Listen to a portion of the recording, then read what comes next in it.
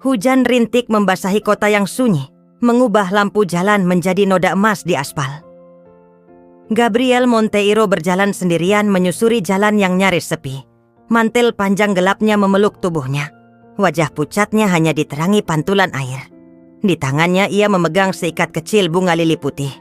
Bunga kesukaan Helena, istrinya yang telah tiada 3 tahun sebelumnya. Pemakaman itu berada di puncak bukit, dan angin dingin menusuk seperti pisau. Gabriel berlutut di depan nisan, namanya terukir di marmer yang basah. Helena Monteiro, cahaya yang tak pernah padam. Ia menelusuri huruf-huruf itu dengan jari-jarinya, seolah mencoba merasakan kehadiran yang telah diambil dunia. Aku telah memenuhi semua janjiku, cintaku, gumamnya, suaranya tercekat. Tapi tanpamu tak ada artinya. Sesaat keheningan mutlak, sampai dari gerbang pemakaman, sebuah suara wanita, lembut, bergetar dan mustahil, memecah malam. Gabriel, ia berbalik perlahan, jantungnya berdebar kencang. Beberapa langkah jauhnya berdiri di tengah hujan adalah seorang wanita. Tinggi yang sama, rambut yang sama, wajah yang sama. Itu adalah Helena. Tapi wanita itu tidak mungkin ada di sana. Wanita itu menatapnya dengan mata berkaca-kaca. Dan sebelum Gabriel sempat berkata apapun, ia berbisik, "Aku mengingatmu." Buket itu terlepas dari tangannya, jatuh ke lumpur. Wanita itu, yang mirip sekali dengan istrinya yang telah meninggal, mengatakan sesuatu yang tidak mungkin nyata. Dan Gabriel merasakan, untuk pertama kalinya dalam beberapa tahun, rasa takut. Siapa wanita itu? Seorang doppelganger, penipu, atau sesuatu yang jauh lebih misterius?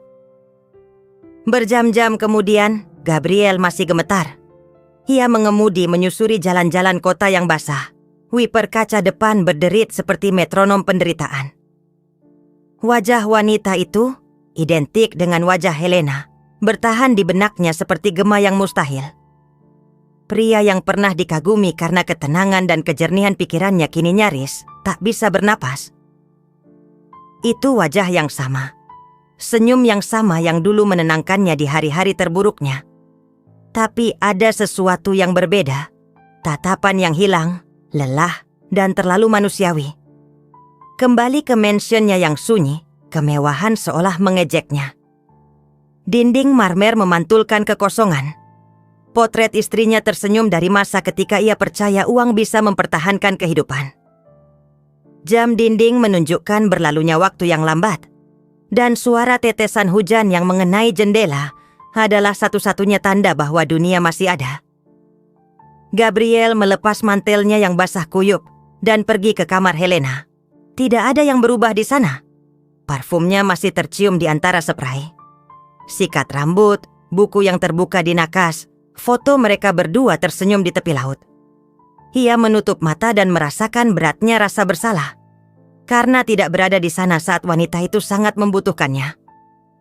Sementara itu, di sisi lain kota, Elisa Duarte, wanita yang mirip Helena, berlindung di bawah kanopi. Angin dingin menusuk mantel lamanya. Ia memegang erat tas lusuh di dadanya yang berisi beberapa dolar dan sebuah foto lama. Gambar Helena yang sama, tetapi robek menjadi 2. Mobil-mobil melintas, menyipratkan genangan air, dan tak ada yang tampak memperhatikan wanita yang basah kuyup, gemetar, dengan mata berlinang air mata. Ia bergumam pada dirinya sendiri, dengan nada antara mimpi dan keputusasaan. Aku tahu aku pernah melihat pria itu sebelumnya. Takdir baru saja menyatukan 2 jiwa yang hancur. Seorang pria yang terjebak di masa lalu, dan seorang wanita yang membawa ingatan yang seharusnya tidak ada. Tapi apa yang menghubungkan mereka masih menjadi misteri. Siapa sebenarnya Elisa? Dan mengapa ia mengingat seorang pria yang secara teori belum pernah ia temui? Keesokan paginya, matahari berusaha menembus awan kelabu, tapi hawa dingin masih terasa menusuk. Gabriel bangun pagi, bukan karena ia menginginkannya, tetapi karena tidur telah meninggalkannya. Ia minum kopi sendirian di meja makan panjang. Di depannya ada tempat untuk 8 orang, tapi hanya suara sendoknya yang membentur cangkir yang memenuhi ruangan. Mansion itu, yang dulu penuh kehidupan, kini hanya menjadi museum kenangan. Di sudut, piano Helena tetap tak tersentuh, tertutup debu. Di luar, taman yang dulu ia sukai untuk dirawat tertutup daun-daun kering. Gabriel mencoba meyakinkan dirinya sendiri bahwa semua yang ia lihat malam sebelumnya hanyalah delusi, hasil dari kesepian, hujan, dan kelelahan. Tapi tatapan wanita itu tidak akan hilang dari benaknya. Itu adalah tatapan yang sama yang membuatnya percaya pada cinta 1 dekade yang lalu. Sementara itu, di sebuah penginapan sederhana di pinggir kota, Elisa Duarte terbangun di sebuah kamar kecil yang lembab. Langit-langitnya retak dan bau apak bercampur dengan bau kopi gosong yang berasal dari dapur umum. Ia melihat dirinya di cermin yang retak dan sesaat terkejut melihat pantulannya sendiri. "Mengapa ia menatapku seperti itu?" gumamnya. Elisa tidak bisa menjelaskannya, tetapi di dalam dirinya ada perasaan yang akrab, seolah sebagian dari hidupnya telah terkoyak. Dalam beberapa bulan terakhir, fragmen-fragmen ingatan aneh telah muncul. Sebuah pantai yang belum pernah ia kunjungi, sebuah lagu yang terasa akrab, dan sekarang, pria itu. Ia perlu memahami siapa pria itu dan mengapa ia merasakan rasa sakit yang tidak ia pahami. Kemudian, ia keluar mencari pekerjaan. Ia berjalan berjam-jam, bertanya di toko-toko, kafe, pasar. Setiap kali ia menerima tidak, harapannya sedikit demi sedikit berkurang. Sampai sore hari, ia berhenti di depan sebuah gedung besar, berlapis kaca. Di pintu masuk, logo sebuah perusahaan real estate terkenal, Montero & Vasquez. Nama itu terdengar familiar. Elisa melihat pantulannya di kaca dan melihat, sesaat, bayangannya sendiri menumpuk di atas bayangan Helena, tersenyum. Terkejut, ia mundur selangkah. Tapi sesuatu di dalam dirinya mengatakan bahwa di sanalah ia akan menemukan jawabannya. Elisa akan mencoba masuk ke perusahaan Gabriel, tanpa membayangkan bahwa pria itu masih berjuang menerima apa yang telah ia lihat. Takdir akan mempertemukan mereka lagi. Tapi apa yang akan terjadi selanjutnya, tak ada yang menduga. Jam resepsionis menunjukkan tengah hari ketika Elisa Duarte memasuki lobi kaca Montero & Vasquez. Kontrasnya brutal. Lantai marmer berkilauan, udara berbau parfum mahal, dan suara lembut piano mengalun di latar belakang. Melodi yang sama yang biasa dimainkan Helena di rumah. Elisa terpaku sesaat. Rasanya seperti jebakan takdir. Berpakaian sederhana, mantelnya lusuh dan rambutnya diikat asal-asalan, ia menarik perhatian para penjaga keamanan yang mengawasinya dengan curiga. Tapi ekspresinya bukanlah ketakutan, itu adalah urgensi. Ia memegang sebuah map tua berisi beberapa lembar kertas kusut, berusaha menyembunyikan kegugupannya. "Ada yang bisa saya bantu?" tanya resepsionis, dengan senyum sopan namun dingin. "Saya melihat iklan lowongan asisten kebersihan." "Saya ingin melamar," jawab Elisa, menunduk. Wanita itu mengangguk, tanpa membayangkan bahwa pelamar ini akan membangkitkan hantu terbesar pemilik perusahaan. Di lantai atas, Gabriel Monteiro sedang menyelesaikan pertemuan dengan mitranya, Antonio Vasquez, yang berbicara dengan kesombongan seperti biasanya. "Kau harus berhenti mengurung diri, Gabriel. Perusahaan ini berkembang, dan dunia tidak akan berhenti menunggu masa berkabungmu." Tatapan Gabriel melayang ke jendela. Di bawah, sesuatu menarik perhatiannya. Seorang wanita sedang melintasi lobi. Ia menahan napas. Gerak kaki yang ringan itu, rambut yang diikat dengan cara yang sama seperti Helena saat sedang melamun. Itu adalah wanita itu. Sesaat jantung Gabriel seolah berhenti. Ia bangkit tiba-tiba, meninggalkan Antonio yang benar-benar bingung, dan menuruni tangga nyaris berlari. Elisa baru saja akan pergi ketika ia mendengar langkah kaki yang tegas di belakangnya. Ia berbalik dan bertemu tatap dengannya. Keduanya berhenti berhadapan, seolah waktu membeku. "Aku perlu bicara denganmu," kata Gabriel, suaranya rendah dan tegang. "Tolong, jangan pergi." Elisa menelan ludah. "Aku tidak tahu siapa kau." "Tapi aku tahu siapa kau," jawabnya, matanya berkaca-kaca. "Atau setidaknya, siapa dirimu yang terlihat?" Keheningan di antara mereka terasa berat, hampir sakral. Resepsionis mengawasi, bingung saat emosi aneh memenuhi udara. Pada saat itu, tanpa tahu mengapa, Elisa merasa bahwa hidupnya akan berubah selamanya. Gabriel perlu mencari tahu siapa wanita itu, dan Elisa mulai meragukan ceritanya sendiri. Tapi apa yang akan mereka temukan satu sama lain akan mengubah segalanya. Gabriel membutuhkan beberapa detik untuk mengatur napas. Dari dekat, wajah Elisa bahkan lebih membingungkan. Setiap fitur, setiap lekukan, setiap detail adalah replika sempurna dari Helena. Tapi matanya berbeda. Mereka membawa penderitaan dunia. "Tolong duduklah," pintanya, membimbingnya ke sebuah ruangan pribadi. Masih tertegun. "Aku perlu memahami apa yang terjadi." Elisa ragu-ragu melihat sekeliling. Tempat itu bukan untuk orang seperti dirinya. Dinding dingin, perabotan mewah, keheningan yang terhitung. Tapi ada sesuatu pada pria itu, campuran otoritas dan keputusasaan yang melucutinya. "Anda pasti salah orang," katanya dengan nada pelan. "Aku belum pernah melihat Anda sebelumnya." Gabriel tersenyum, tapi senyum itu adalah senyum kesakitan. "Aku menguburkan istriku 3 tahun yang lalu, dan kau memiliki wajahnya, wajah yang sama." Elisa menunduk, gemetar. Aku tidak tahu harus berkata apa. Udara terasa seperti bertonton. Gabriel sedikit mendekat. "Di mana kau dilahirkan?" "Di sebuah desa pedalaman. Setidaknya itu yang aku diberitahu," jawabnya, bingung. "Aku tidak mengingat orang tuaku. Aku dibesarkan di panti asuhan." Jawaban itu menghantam Gabriel seperti pukulan. Helena telah diadopsi saat bayi. Ia tidak pernah menemukan keluarga kandungnya. Di dalam, ia berjuang melawan longsoran pikiran. Mungkinkah? Apakah Helena memiliki saudara kembar yang hilang?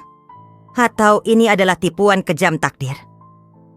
Di luar, Antonio Vasquez mengamati pemandangan itu melalui pintu kaca yang setengah terbuka, tertarik. "Siapa wanita itu?" tanyanya kepada sekretarisnya. "Mereka bilang ia datang melamar posisi kebersihan." Antonio mengangkat alis. Minat Gabriel adalah sesuatu yang belum ia lihat dalam waktu yang lama, dan itu sangat mengganggunya. Sementara itu Elisa bangkit untuk pergi, mencoba menahan air matanya. "Maafkan saya, Tuan, tapi saya harus pergi." Gabriel dengan lembut memegang lengannya. "Tolong, katakan saja satu hal." "Apa?" tanyanya terkejut. Ia ragu sesaat lalu berbisik, "Apakah kau memimpikan laut?" Elisa terpaku. Air mata mengalir sebelum jawabannya keluar. "Setiap malam." Dan pada saat itu, sesuatu yang mati dalam diri Gabriel mulai bergejolak. Saat Gabriel mendekat ke Elisa, mencari jawaban, Antonio Vasquez melihat ini sebagai sebuah ancaman dan menyiapkan sebuah jebakan yang akan mempermalukan sang miliarder di hadapan semua orang. 2 hari kemudian, kota itu bersiap untuk acara akbar tahunan Monteiro and Vasquez, sebuah malam gala bagi para investor dan mitra. Ini adalah jenis acara di mana penampilan lebih penting daripada kebenaran apapun. Lampu, kamera, gelas kristal, senyum yang sudah diatur. Semuanya tertata sempurna, sampai sesuatu di luar kendali terjadi. Gabriel, untuk pertama kalinya dalam bertahun-tahun, memutuskan untuk hadir. Duka telah membuatnya menjauh dari sorotan, tetapi entah bagaimana Elisa membuatnya ingin hidup lagi. Ia ingin melihatnya, untuk memahami apa yang takdir coba katakan padanya. Namun Antonio Vasquez mengamati segalanya dengan tatapan dingin seorang pemain berpengalaman. Ia telah memperhatikan kilau berbeda di mata mitranya dan melihat adanya kelemahan di sana. Gabriel Monteiro yang agung akhirnya rentan, gumamnya sambil membenarkan dasinya. Sempurna. Elisa yang tidak memahami bahayanya telah diundang oleh Antonio untuk bekerja di acara tersebut, diam-diam membantu di belakang panggung. Ketika ia tiba, dengan sebuah gaun hitam sederhana yang dipinjam dari mandor kebersihan, seluruh aula pesta tampak terdiam. Beberapa pasang mata menoleh dan sebuah bisikan menyebar di antara kerumunan. Kemiripannya dengan Helena begitu luar biasa sehingga tidak ada yang bisa menyembunyikan keterkejutan mereka. Gabriel melihatnya dan merasakan tanah di bawah kakinya menghilang. Namun sebelum ia bisa mencapainya, Antonio melangkah ke atas panggung dengan sebuah senyum teatrikal. "Hadirin sekalian," ia mengumumkan, memegang mikrofon. "Sebelum kita mulai, saya ingin memperkenalkan seorang tamu yang sangat istimewa." Ia mengisyaratkan Elisa untuk mendekat. Elisa ragu. "Tolong, jangan lakukan ini padaku," bisiknya, ketakutan. "Ayolah sayangku, tidak ada yang perlu ditakutkan," kata Antonio, memaksanya untuk naik. Penonton bergumam, bingung. Gabriel berdiri, tegang. Antonio lalu menoleh padanya dengan ekspresi terkejut yang dibuat-buat. "Gabriel, kau tidak akan percaya. Sepertinya Helena telah kembali dari kematian." Aula pesta hening dalam kecanggungan. Kekeh pelan terdengar di antara para tamu. Elisa merasa sangat malu, menundukkan kepalanya. Gabriel, dengan wajah penuh amarah dan rasa malu, mendekat perlahan. "Cukup, Antonio." Suaranya tegas, namun bergetar. "Ini bukan lelucon." "Sebuah lelucon?" balas mitranya, berpura-pura polos. "Lalu, siapa wanita ini? Seorang kembaran sewaan? Sebuah obsesimu? Atau satu lagi kebodohan sentimentalmu?" Kamera merekam semuanya. Elisa mulai menangis, tidak mengerti alasan kekejaman tersebut. Gabriel mengulurkan tangannya kepadanya, melindunginya dari tatapan mata. "Kau sudah melewati batas," katanya kepada Antonio, matanya berkaca-kaca. "Dan suatu hari nanti kau akan menyesali ini." Namun penghinaan itu sudah terjadi. Dan ketika Elisa melarikan diri dari aula pesta, sambil menangis, semua orang melihat Gabriel Monteiro yang berkuasa mengejarnya.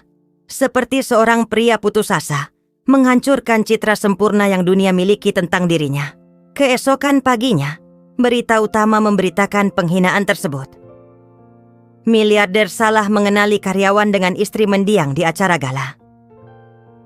Kegilaan Gabriel Monteiro, duka, skandal, dan misteri. Foto-foto tersebar di setiap media. Gabriel dalam sebuah jas dengan mata berkaca-kaca. Elisa menangis di panggung dan Antonio Vasquez di latar belakang tersenyum tipis. Senyum seorang pemenang tanpa perlu mengotori tangannya. Gabriel tetap terkunci di kantornya selama berjam-jam.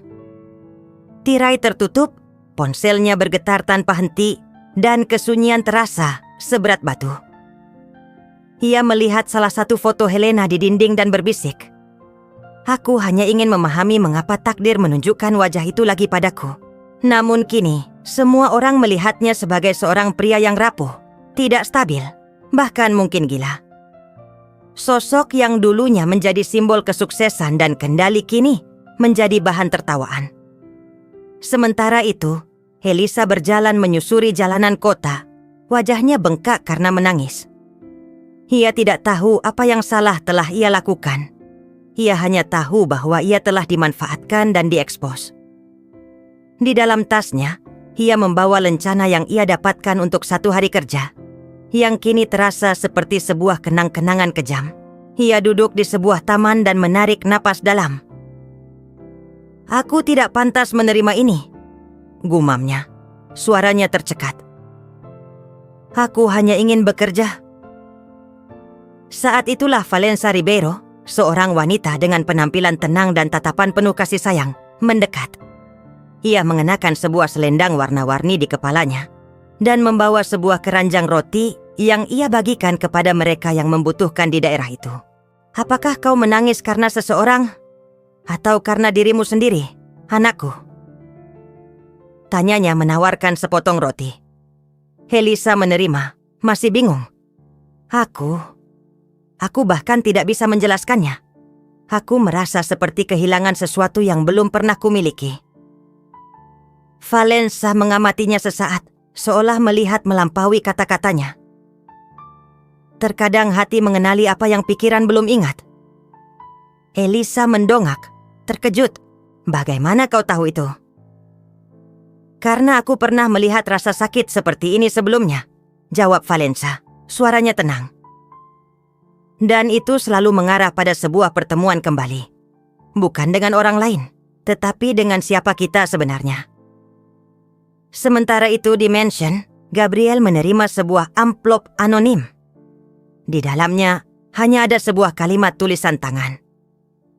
Jika kau ingin tahu siapa dia, cari Monte Claro, sebuah desa pesisir. Dan untuk pertama kalinya sejak skandal itu, matanya mendapatkan kembali sesuatu yang sepertinya telah terlupakan. Tujuan. 3 hari setelah skandal itu, angin pantai menerpa wajah Gabriel Montero saat ia berkendara sendirian di sepanjang sebuah jalan sempit yang dikelilingi perbukitan hijau dan laut di latar belakang. Nama yang tertulis di catatan, Monte Claro, sebuah desa pesisir, bergema di benaknya seperti sebuah janji sekaligus sebuah luka. Samudra muncul di kejauhan, biru dan luas, dan ia merasakan jantungnya berdegup lebih cepat di setiap tikungan. Setibanya di sana, ia menemukan sebuah desa sederhana, hampir terlupakan oleh waktu. Rumah-rumah berwarna-warni, anak-anak tanpa alas kaki, aroma roti segar yang berasal dari sebuah toko roti lokal. Tidak ada di sana yang mengingatkannya pada dunia kemewahan yang telah ia tinggalkan. Di alun-alun kecil, ada sebuah gereja tua. Sebuah lonceng berdentang perlahan, dan seorang wanita menyapu lantai pintu masuk. Gabriel mendekat. "Permisi," katanya, melepas kacamata hitamnya. "Saya mencari seseorang bernama Elisa Duarte." Wanita itu mendongak dan tersenyum lembut. "Semua orang saling mengenal di sini, anak muda. Tapi gadis muda itu, saya rasa Anda datang terlambat." "Maksud Anda terlambat?" "Dia tinggal di sini waktu masih seorang anak. Dia dibawa oleh pekerja sosial bertahun-tahun yang lalu. Dia hanya kembali sekali, belum lama ini." Mencari jawaban. Gabriel merasakan sebuah getaran menjalari tulang punggungnya. "Mencari jawaban?" "Ya," kata wanita itu. Dia berbicara tentang sebuah ingatan tentang laut dan tentang seorang wanita yang identik dengannya. Keheningan di antara keduanya terganggu oleh sebuah suara di latar belakang. Valensa Ribeiro, dengan selendang warna-warni dan tatapan tenangnya, keluar dari gereja membawa sebuah keranjang. Melihat Gabriel, ia segera mengenalinya. "Anda adalah pria yang tidak bisa ia lupakan," katanya, suaranya tegas. "Dan Anda datang untuk mencari kebenaran." Gabriel bingung bertanya, "Apakah Anda mengenal Elisa?" Valensa mengangguk.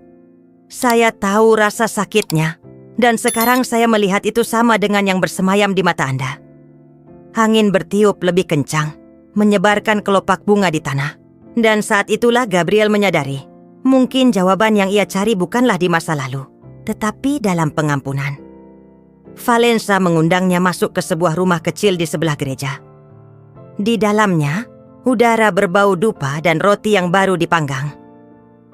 Di dinding tergantung foto-foto tua desa dan potret wajah-wajah yang tidak dikenal. Di atas meja, sebuah lilin yang menyala berkedip-kedip, seolah menjaga sebuah kehadiran tak kasat mata. Gabriel duduk, mengamati detail sederhana di sekelilingnya. Valensa menyajikan kopi dalam sebuah cangkir tanah liat dan berbicara dengan tenang, seolah ia sudah tahu apa yang perlu ia dengar. Terkadang, ketika cinta sangat kuat, ia tidak mati. Ia hanya berubah bentuk. Ia menatap Gabriel dalam-dalam. "Apakah Anda percaya itu?" Gabriel ragu. Saya percaya, tetapi saya tidak tahu apakah saya ingin percaya. Melihat seseorang dengan wajah istri saya menghancurkan dan menyelamatkan saya pada saat yang bersamaan. Valensa menghela napas.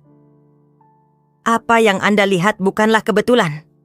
Elisa selalu merasakan sebuah kekosongan, sebuah nama yang bergema dalam mimpinya. Mungkin nama itu adalah nama Anda. Gabriel mengerutkan kening, terkejut. Nama saya? Ya, ia mengatakan ia bermimpi tentang seorang pria di tepi laut. Angin membawa pergi suara-suaranya, tetapi wajahnya adalah wajah Anda. Keheningan yang mengikuti terasa hampir sakral. Gabriel mencengkeram cangkir dengan erat, berusaha menahan emosinya. Dan di mana dia sekarang? Valensa melihat ke arah laut yang terlihat melalui jendela. Ia kembali ke kota. Ia bilang ia perlu memahami mengapa ia merasa bersalah tanpa mengetahui alasannya. Gabriel perlahan berdiri. Bersalah? Ya. Suara Valensa rendah tapi tegas. Karena jauh di lubuk hatinya, ia merasa telah mengambil sesuatu dari seseorang. Dan sampai ia menemukan apa itu, ia tidak akan bisa memaafkan dirinya sendiri.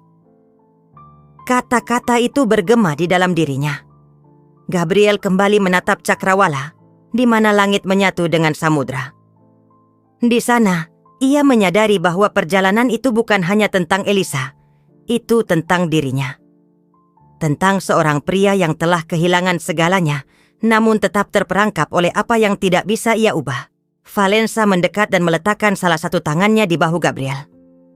Jika Anda ingin membantunya, Gabriel, Anda perlu membiarkan masa lalu beristirahat.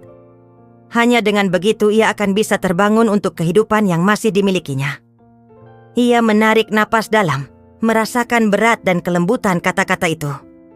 Suara ombak yang jauh seolah memanggil sesuatu yang lebih besar, sesuatu yang belum ia pahami, tetapi akan segera ia temukan. Pada saat itu ia tahu ia harus kembali.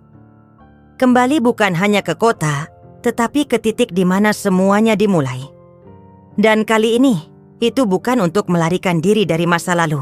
Itu untuk membebaskan apa yang masih tersisa darinya. Langit fajar menyingsing dalam warna keemasan saat Gabriel kembali ke jalan raya sekali lagi. Mobil melaju mulus di tikungan, seringan seseorang yang untuk pertama kalinya dalam bertahun-tahun tahu kemana tujuannya.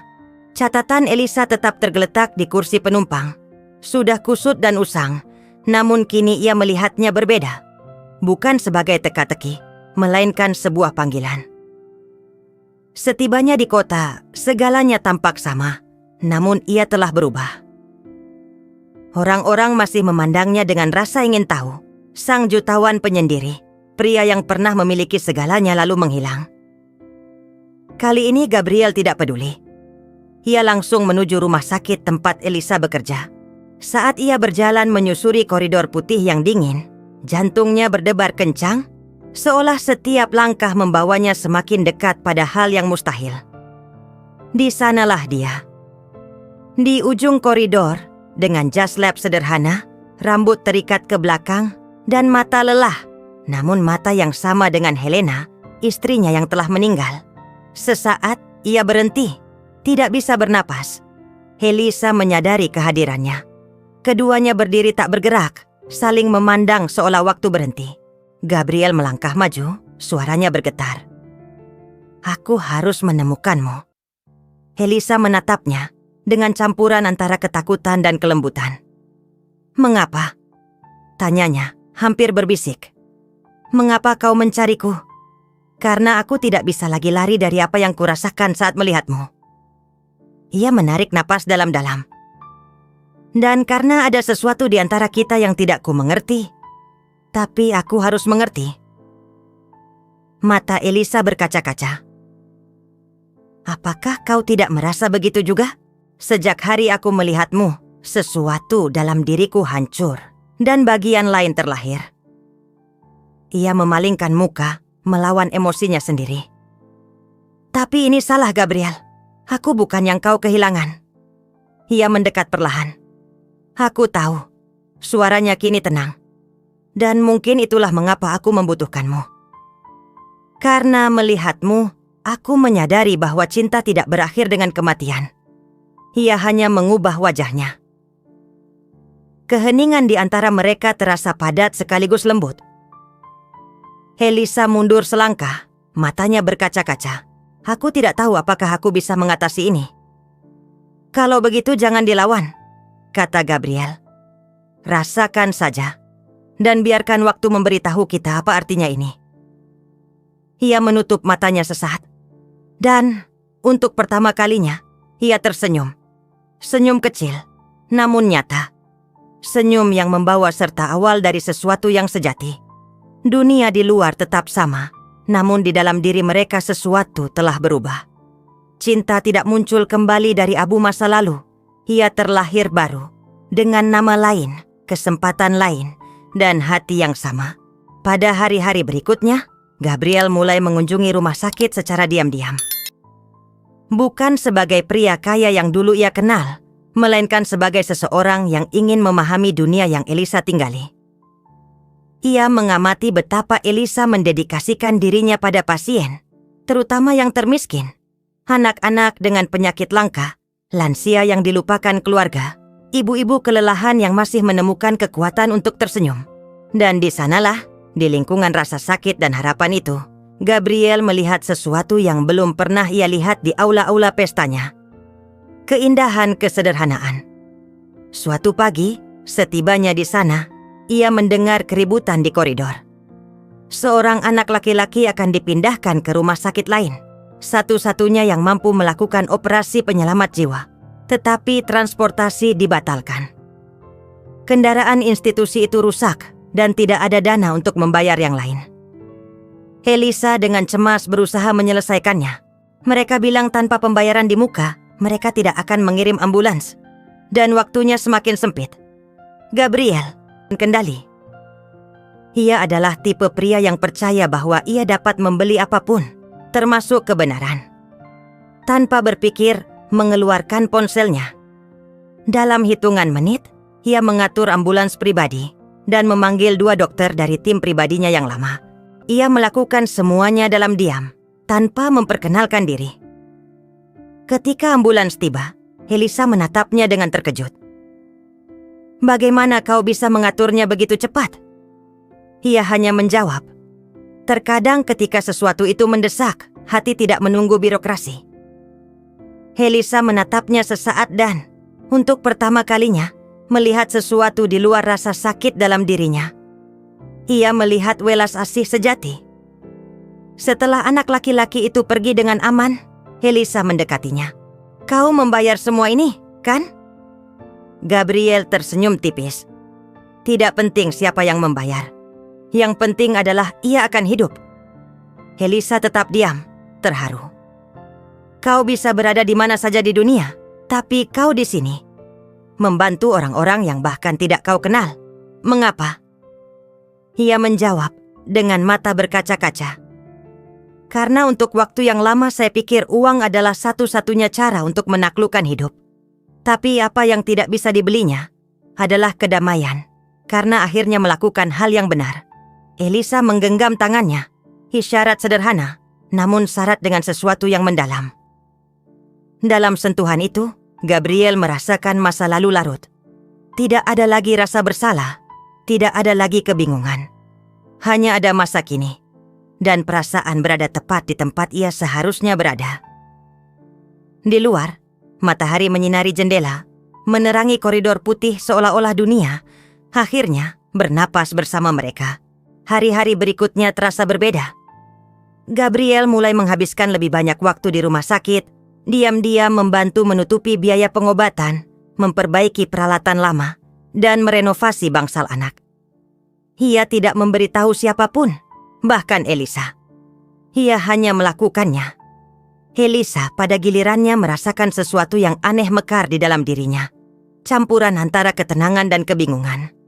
Semakin ia mengenal Gabriel, semakin sedikit ia bisa menjelaskan ikatan tak terlihat yang menyatukan mereka. Suatu sore, saat mereka menyaksikan matahari terbenam dari balkon rumah sakit, Elisa memecah keheningan. Kau tahu, terkadang aku merasa pernah mengalami momen ini sebelumnya. Cahaya, aroma laut, suara angin. Seperti deja vu. Gabriel tersenyum. Aku merasakan hal yang sama. Mungkin jiwa kita hanya saling mengenali. Elisa menatap matanya, seolah mencari sesuatu di dalam. Atau mungkin alam semesta mencoba memberitahu kita apa yang telah kita lupakan. Frasa itu bergema jauh di dalam dirinya. Di dalam hatinya Gabriel merasa masih ada sesuatu yang tersembunyi, satu bagian yang hilang. Dan perasaan itu semakin kuat ketika, pada malam yang sama, ia menerima telepon tak terduga dari Valensa. Gabriel, aku menemukan sesuatu yang perlu kau lihat. Beberapa jam kemudian, ia kembali ke rumah kecil wanita bijak itu. Valensa menunggunya dengan kotak kayu tua di tangannya. Ini milik Ibu Elisa. Aku menemukannya di ruang bawah tanah gereja. Di dalam kotak, ada surat-surat, pita rambut, dan foto yang sudah menguning. Gabriel hampir menjatuhkannya ketika ia melihat gambar itu. Seorang wanita muda dengan fitur wajah yang identik dengan Elisa. Dan di sampingnya, seorang pria tua dengan nama belakang Monteiro yang sama. Apa artinya ini? Tanyanya, terkejut. Valensa meletakkan tangannya di atas potret itu. Bahwa mungkin ikatan di antara kalian lebih tua dari yang kau kira. Ia menjelaskan.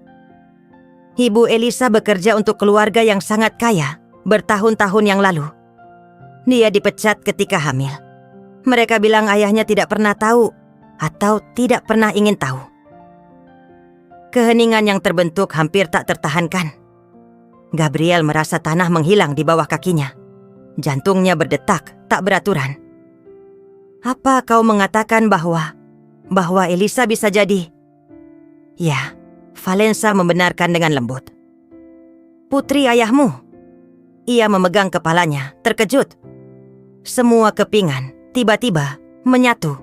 Kemiripan, ikatan yang tak dapat dijelaskan, takdir yang bersilangan. Namun dengan ini, datanglah rasa sakit yang luar biasa.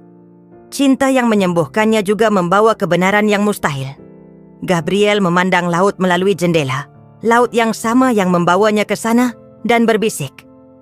Kalau begitu, apa yang kurasakan padanya terlarang.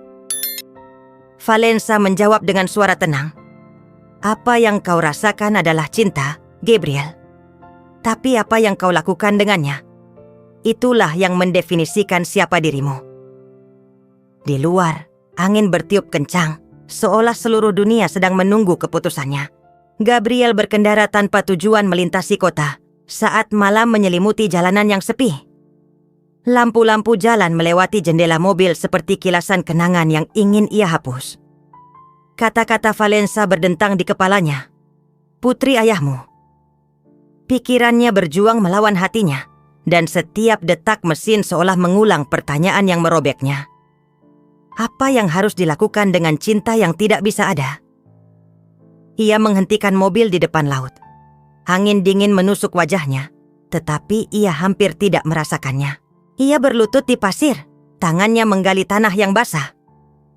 Di sana, di tempat takdir bermula, Gabriel menangis untuk pertama kalinya sejak Helena meninggal. Mengapa dia? Gumamnya di tengah air mata. Mengapa memberiku kesempatan baru, hanya untuk merebutnya dariku sekali lagi? Suara ombak adalah satu-satunya jawabannya. Dan, entah bagaimana, itu seolah mengatakan bahwa beberapa rasa sakit diperlukan untuk memurnikan cinta, untuk mengubahnya menjadi sesuatu yang lebih besar.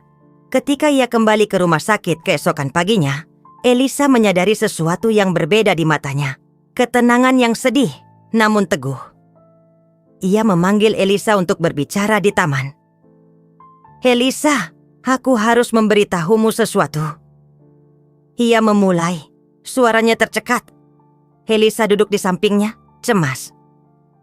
Gabriel menarik napas dalam-dalam dan menceritakan segalanya. Kunjungan ke Valensa, foto itu, kemungkinan memiliki darah yang sama mengalir di nadi mereka. Elisa tetap diam, wajahnya pucat, tangannya gemetar.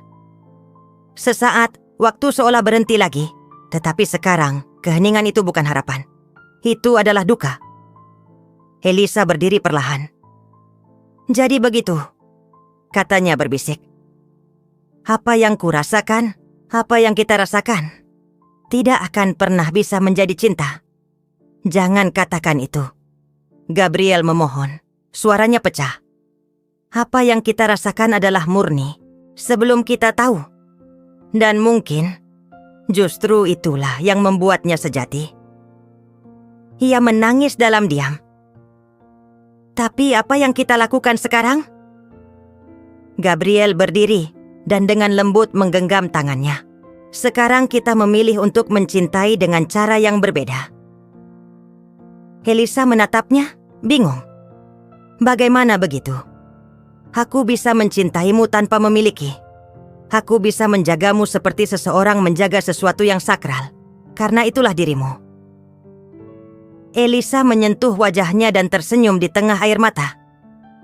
Dan aku bisa memaafkanmu, karena menjadi orang yang takdir berikan padaku, tapi bukan yang takdir inginkan untukmu. Mereka berpelukan, dan itu adalah pelukan paling tulus yang pernah ada. Tanpa keinginan, tanpa rasa bersalah, hanya cinta yang telah bertransformasi. Di langit, awan-awan mulai terbuka. Sinar pertama matahari pagi menyentuh wajah mereka, dan sesaat, seolah alam semesta memberkati mereka karena memilih jalan yang lebih sulit, jalan kemurnian. Hari-hari berikutnya sunyi. Elisa mengajukan cuti dari rumah sakit untuk sementara waktu, dan Gabriel menghargainya. Dia tidak mencoba menelepon, tidak mencoba menjelaskan. Dia hanya terus membantu rumah sakit secara anonim, sebagai cara untuk menjaga satu-satunya ikatan yang masih bisa dia miliki dengannya tetap hidup. Kebaikan yang telah menyatukan mereka. Namun, sesuatu telah berubah dalam dirinya. Pria yang dulu memikul beban nama Montero, kini berjalan di jalanan dengan kesederhanaan. Tanpa pengawal, tanpa dasi, tanpa ketergesaan orang yang takut akan waktu. Dia mulai sering mengunjungi komunitas tempat anak laki-laki itu menyelamatkan hidupnya. Dia membantu makan siang komunitas, membawa kotak-kotak, membersihkan lantai. Beberapa orang mengenalinya, terkejut. Tuan, Monteiro sang miliarder? Apa yang Anda lakukan di sini? Dan dia tersenyum tenang. Mencoba belajar apa artinya menjadi kaya sesungguhnya. Suatu hari, seorang wanita tua mendekatinya. Saya tidak tahu apa yang membawa Anda kepada kami, anakku. Tetapi melihat pria seperti Anda membersihkan lantai membuat kami percaya dunia masih punya harapan. Dia menunduk, rendah hati. Saya juga perlu mempercayai itu, Bu. Sementara itu Elisa perlahan kembali ke rutinitasnya. Pasien merindukan senyumnya, dan sedikit demi sedikit, rumah sakit kembali bersemangat. Namun setiap kali dia melihat laut dari balkonnya, dia teringat kata-kata Gabriel. Aku bisa mencintaimu tanpa memilikimu. Dan itu, alih-alih menyakiti, justru menguatkannya.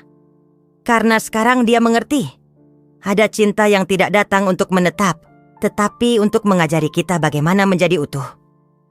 Suatu sore, ketika dia kembali ke rumah sakit, dia melihat sesuatu yang baru di pintu masuk. Sebuah plakat perak, sederhana, tanpa kemewahan. Bangsal anak Helena Montero, untuk mengenang cinta yang menyelamatkan. Elisa menyentuh plakat itu dengan ujung jarinya dan merasakan air mata senyap mengalir. Itu adalah tanda tangannya. Diam-diam, jujur, tanpa mengucapkan sepatah kata pun, dia tersenyum ke langit. Seperti seseorang yang akhirnya mengerti bahwa cinta sejati tidak pernah menghilang. Ia berubah menjadi sesuatu yang lebih besar. Waktu berlalu perlahan, dan Gabriel tidak lagi mengukur hari dalam angka, tetapi dalam tindakan. Mereka yang dulu mengaguminya karena bisnisnya kini melihatnya naik angkutan umum, membantu orang asing, dengan cahaya di matanya. Seperti seseorang yang akhirnya berdamai dengan dunia. Suatu pagi saat dia meninggalkan komunitas, dia mendengar suara yang dikenal di belakangnya. Jadi benar, Monteiro yang hebat telah menjadi sukarelawan jalanan. Itu adalah Henrique Vasconcelos, mantan rekannya, pria yang telah mengkhianatinya, menyebarkan kebohongan yang menghancurkan reputasinya. Dia mengenakan setelan mahal, senyum arogan yang sama seperti biasa, dan tatapan penuh cemoohan. Gabriel menarik napas dalam sebelum menjawab. Benar. Dan ini adalah kesepakatan terbaik dalam hidupku. Henrique tertawa, menggelengkan kepalanya. Selalu pemimpi yang sama. Kau punya kerajaan di tanganmu. Hari ini, lihat dirimu. Seorang pria yang menyajikan sup dan membersihkan lantai. Gabriel menatapnya dengan tenang. Kerajaan itu adalah penjara, Henrique. Kebebasan ada pada orang-orang yang tidak bisa kulihat. Henrique menyipitkan matanya, bingung oleh ketenangan Gabriel. Kau sakit? Atau sudah gila? Aku kehilangan ilusiku, jawab Gabriel lembut. Dan aku mendapatkan apa yang masih kau cari. Mantan rekannya tertawa singkat, menyembunyikan ketidaknyamanannya. Kau tahu apa yang menarik? Surat kabar sekarang ingin membuka kembali kasus kontrak itu. Mereka menemukan bahwa aku mungkin telah memanipulasi bukti. Gabriel tetap diam, tatapannya tenang, tanpa kemarahan. Kebenaran selalu menemukan jalannya.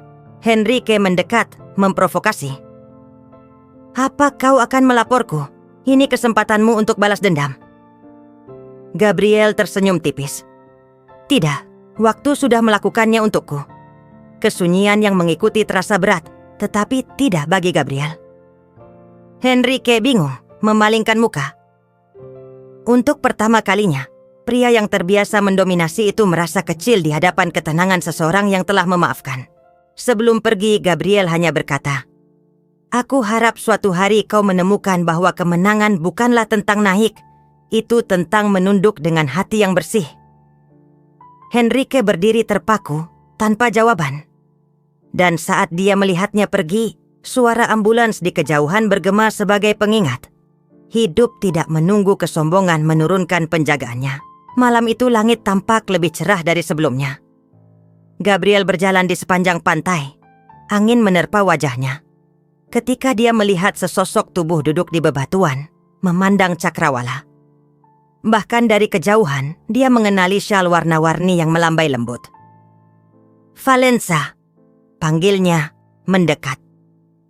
Dia menoleh dan tersenyum, seperti seseorang yang sudah tahu dia akan datang.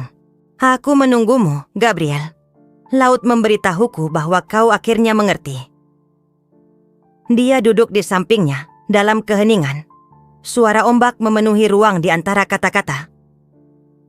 Aku mengerti bahwa cinta bukanlah kepemilikan, bukan pula janji, katanya dengan suara tenang.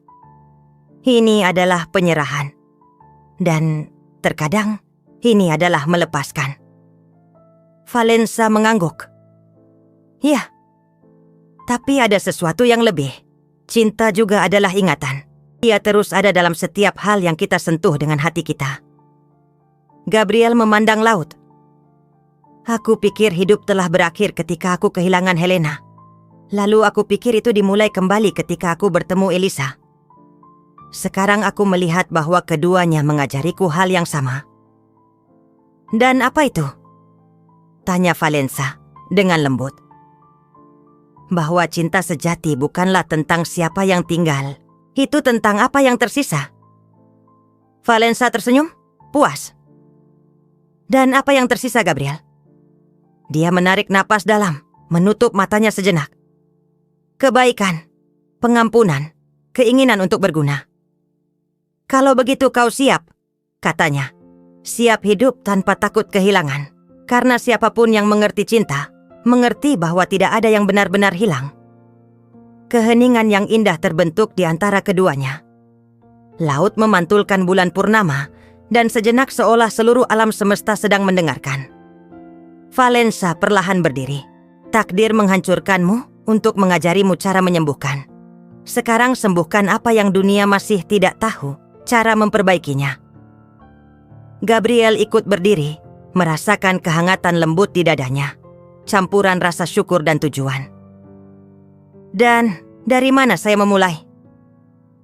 Dia menatapnya dengan lembut. Di mana seharusnya selalu dimulai? Dengan cinta.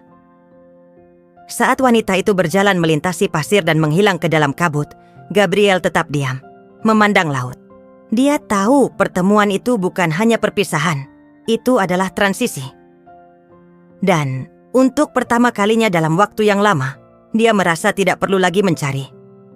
Apa yang dia cari selalu ada di sana, di dalam dirinya. Bulan-bulan berlalu. Nama Gabriel Montero, yang dulunya identik dengan skandal dan kehancuran, mulai muncul kembali, tetapi dengan cara yang sama sekali baru. Bukan di kolom bisnis, tetapi di halaman-halaman berita minat manusia di surat kabar. Mantan pengusaha yang mengubah rasa sakit menjadi tempat berlindung. Begitulah mereka memanggilnya sekarang. Dengan tabungan yang masih dimilikinya, dan dengan sumbangan yang mulai muncul secara spontan, Gabriel mendirikan sebuah institusi bernama Casa Helena. Sebuah rumah untuk anak-anak terlantar dan wanita tanpa dukungan. Di pintu masuk, sebuah frasa terukir di marmer putih berbunyi, "Di sini, cinta tidak mati. Ia dimulai kembali." Elisa adalah salah satu yang pertama mengunjungi tempat itu. Ketika dia tiba, dia berdiri diam di depan bangunan yang sederhana namun ramah itu. Dindingnya dicat dengan warna-warna lembut, taman penuh bunga, dan di halaman tengah, suara tawa anak-anak memenuhi udara dengan kehidupan. Gabriel muncul di pintu, dengan senyum tenang yang sama seperti seseorang yang telah belajar hidup dalam damai. "Aku tidak bisa memberinya nama lain," katanya, menunjuk ke plakat. "Casa Helena, dia mengajariku untuk mencintai, dan kau mengajariku untuk membiarkan cinta berlanjut."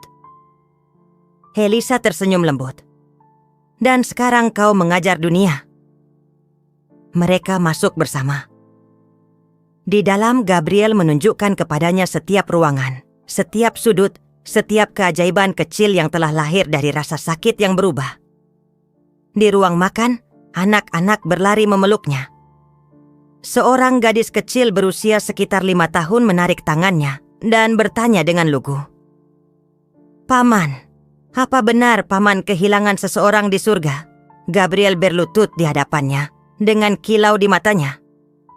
"Ya sayangku, aku memang kehilangan. Tetapi ketika kita membantu seseorang di sini, itu seperti memeluk mereka yang tetap di sana." Gadis itu memeluknya erat, dan sejenak, waktu berhenti lagi. Bukan seperti di awal cerita, dalam rasa sakit, tetapi dalam kepenuhan. Di sana Gabriel memahami makna segalanya. Hidup tidak mengambil cinta darinya. Ia hanya melipat gandakannya. Elisa menyaksikan adegan itu dengan air mata di matanya. "Helena pasti bangga," katanya lembut. "Dan kau?" tanyanya. Dia mengangguk. "Aku juga." Pada saat itu tidak ada romansa, tidak ada keinginan, hanya rasa syukur. Dan bentuk cinta ini, sunyi dan tak terbatas, adalah yang paling murni dari semuanya. Waktu berlalu, dan Casa Helena berkembang pesat seperti mercusuar di tengah kota yang kelabu. Di mana dulunya ada pengabaian, kini ada nyanyian, berbagi, dan harapan. Dinding-dindingnya menyimpan kisah-kisah awal yang baru, dan nama Gabriel Montero tidak lagi dikenang karena kekayaan atau tragedi, melainkan karena kebaikan. Suatu pagi, dia berjalan melalui taman, memperhatikan anak-anak bermain di antara bunga-bunga. Angin lembut membawa tawa dan aroma semak mawar. Tiba-tiba dia melihat Elisa tiba di pintu masuk. Dia membawa tanaman kecil di tangannya, terbungkus kain lembab. "Ini bibit zaitun," katanya, tersenyum. Ia hidup sangat lama dan melambangkan perdamaian. Gabriel menerima hadiah itu dengan emosi. "Kalau begitu mari kita tanam bersama." Keduanya menggali tanah dengan tangan mereka sendiri, berdampingan, dan menempatkan akar kecil itu di tanah yang subur. Setelah selesai, mereka berdiri dalam keheningan, mengamati tunas yang tumbuh di bawah cahaya pagi yang lembut. "Apa kau pikir ia akan tumbuh kuat?" Tanyanya. Pasti, jawabnya, menatap langit. Segala sesuatu yang lahir dari cinta akan berkembang, bahkan jika itu membutuhkan waktu. Helisa memeluknya, dan dalam pelukan itu ada pengampunan, rasa syukur, dan kepastian bahwa hidup tidak perlu sempurna untuk menjadi indah. Kemudian, saat senja, Gabriel duduk sendiri di halaman. Matahari perlahan turun, mewarnai dunia dengan emas. Dia memejamkan matanya dan, sesaat, merasakan sentuhan angin hangat di wajahnya. Seolah-olah seseorang yang sangat dicintainya hadir di sana, tersenyum dari suatu tempat di luar kehidupan. Dan, untuk pertama kalinya, ia tidak menangis. Ia tersenyum, karena ia mengerti bahwa cinta sejati tidak pernah mati. Ia hanya berubah bentuk, dan terus membimbing hati yang memiliki keberanian untuk memulai kembali. Kamera perlahan akan menjauh, memperlihatkan panti asuhan, anak-anak yang bermain, dan pohon zaitun yang baru ditanam bergoyang tertiup angin. Sebuah simbol abadi dari ketahanan yang tak lekang oleh waktu. Kemudian, suara lembut Gabriel akan mengakhiri cerita. Rasa sakit adalah harga yang kubayar. Pengampunan adalah penyembuhnya. Tapi cinta sungguh yang membuatku tetap hidup. Jika cerita ini menyentuh hatimu, tolong tekan tombol suka, berlanggananlah ke saluran kami, dan bagikan kepada seseorang yang kamu sayangi.